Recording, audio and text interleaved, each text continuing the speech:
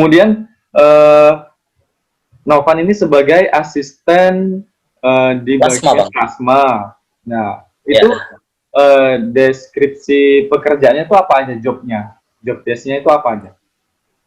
Kalau untuk job desk-nya sendiri sih ya, untuk pertama kita memiliki target, Bang. Target kita itu agar tadi petani yang kita bina itu memiliki produktivitas atau bertani budidaya sawit yang baik.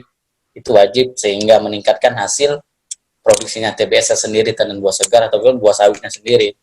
Nanti target kita lagi lanjutnya itu target buat sawit itu diharapkan masuk ke PT kita, Bang, pabrik kita. Jangan sampai pabrik itu keluar. Karena kan untuk sekarang sistem plasma ini perjanjian itu pasif, Bang.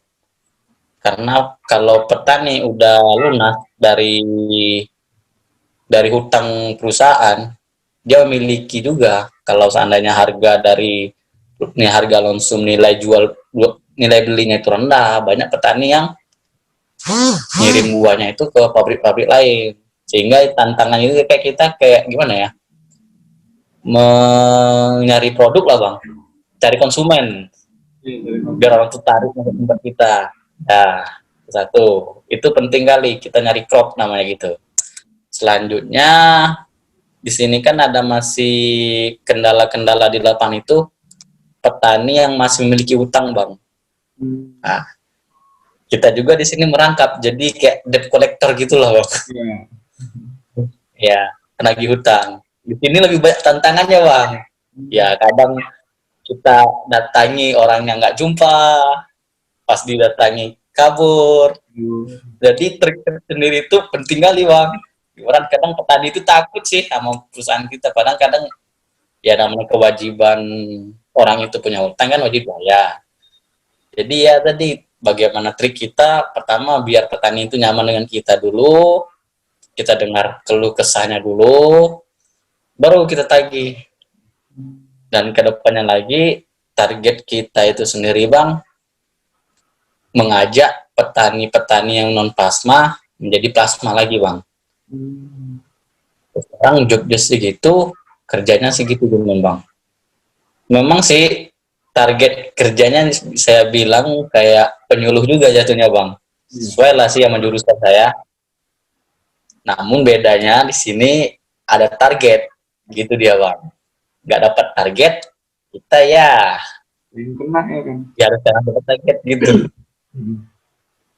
Kalau untuk jam kerjanya sendiri berapa jam, Novan? Kalau jam kerja sih gimana ya, Bang ya? 7 jam kerja efektif. Cuman tanggung jawabnya tetap 24 jam, Bang. Iya, 24 jam. Iya, karena kan kenapa? Contoh, pernah kejadian di tempat saya tuh truk petani rusak. Ya, kita tunggu di pabrik. Itu kemarin sampai jam 7 malam.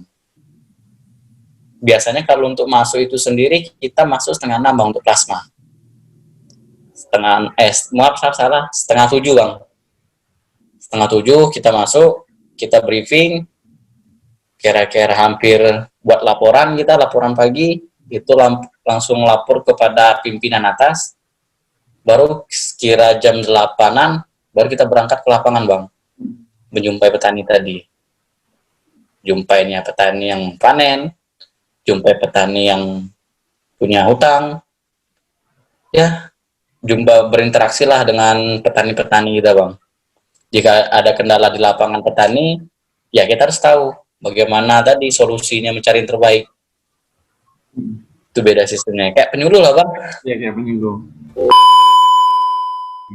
Dan jujur banyak kali masih ya tadi tentang bagaimana kita mengatur orang tadi, Bang. Dan apalagi di sini rata-rata petani kita tuh campur, Bang. Enggak orang ini semua, ada dari orang Jawa, ada orang dari orang Batak, ada orang dari pribumi sendiri, Sumsel sendiri. Campur lah. Jadi setiap kita jumpa kita harus bisa menyesuaikan dulu, Bang. Kita keras kita nggak bisa, lembut kali pun kita nggak bisa. Jadi ya bagaimana trik-triknya sendiri ya. Oke. Apa namanya, Novan pernah nggak sebagai asisten updeling atau memang dari awal dia langsung ke plasma atau gimana?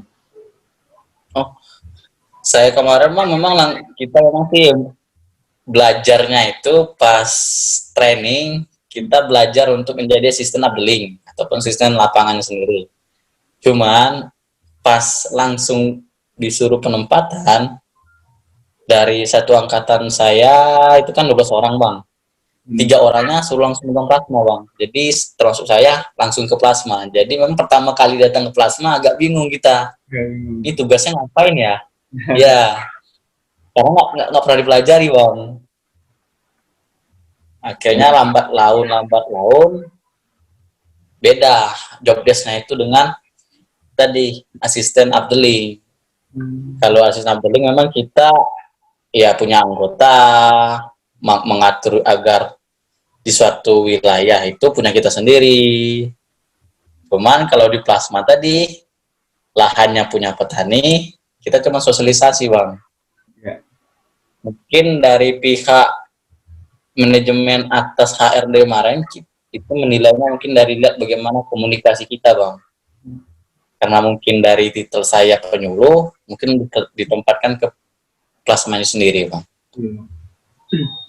Oh karena dari apa namanya jurusannya penyuluh mungkin dianggapnya lebih ke SDM ya, yang memperbaiki SDM dibanding ke updeling yang lebih ngebahas banyak itu tentang perkebunannya gitu.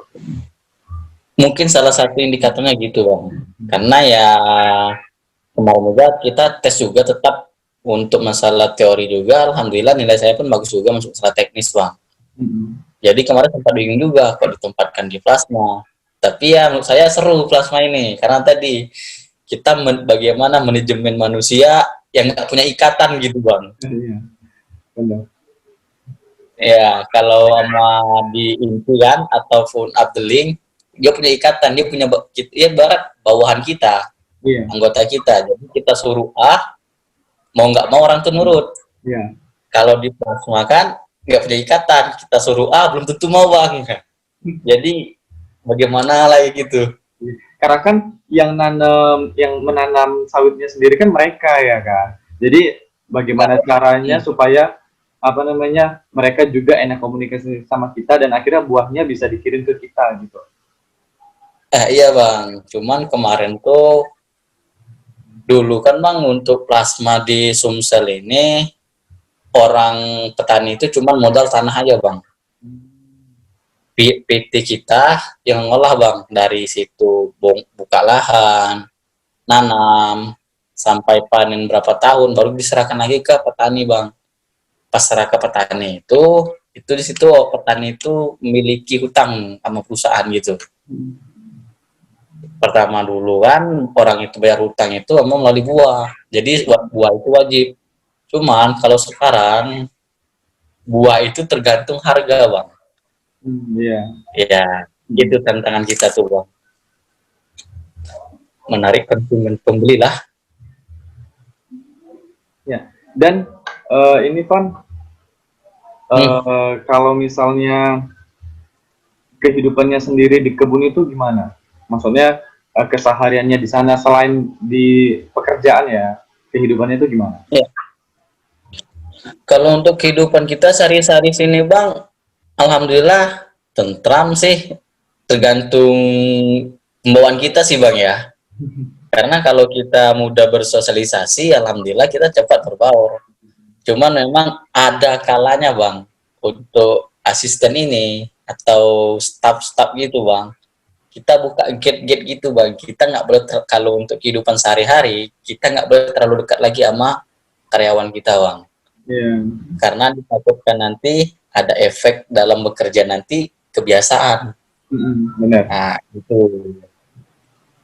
Apalagi ya, cuman sih memang bagaimana tergantung kita sih ya, pribadi masing-masing. Ada yang betah, ya karena di kebun kan paling berapa orang cuman stafnya kan bang. Ya paling 10 orang ya kan, nggak mungkin cuman dia aja yang berinteraksi kan. Ada tadi kadang kalanya ya kita berbaur juga sama karyawan. Namun tadi ada batasan bang, nggak boleh terlalu hubungan dekat kali lah, beda kita sama bermasyarakat di luar gitu, luar kebun. Ya benar. Barat menjaga integritas lah Ya benar.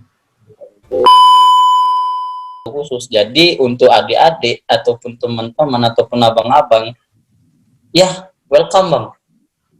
Kebun itu asik, Asik. nggak terlalu asik bang. Nggak terlalu fokus aja dengan kebunan, karena nanti kita belajar sendiri dan diajarkan pas MT nanti bang. Itu lebih fokus ke teorinya sendiri.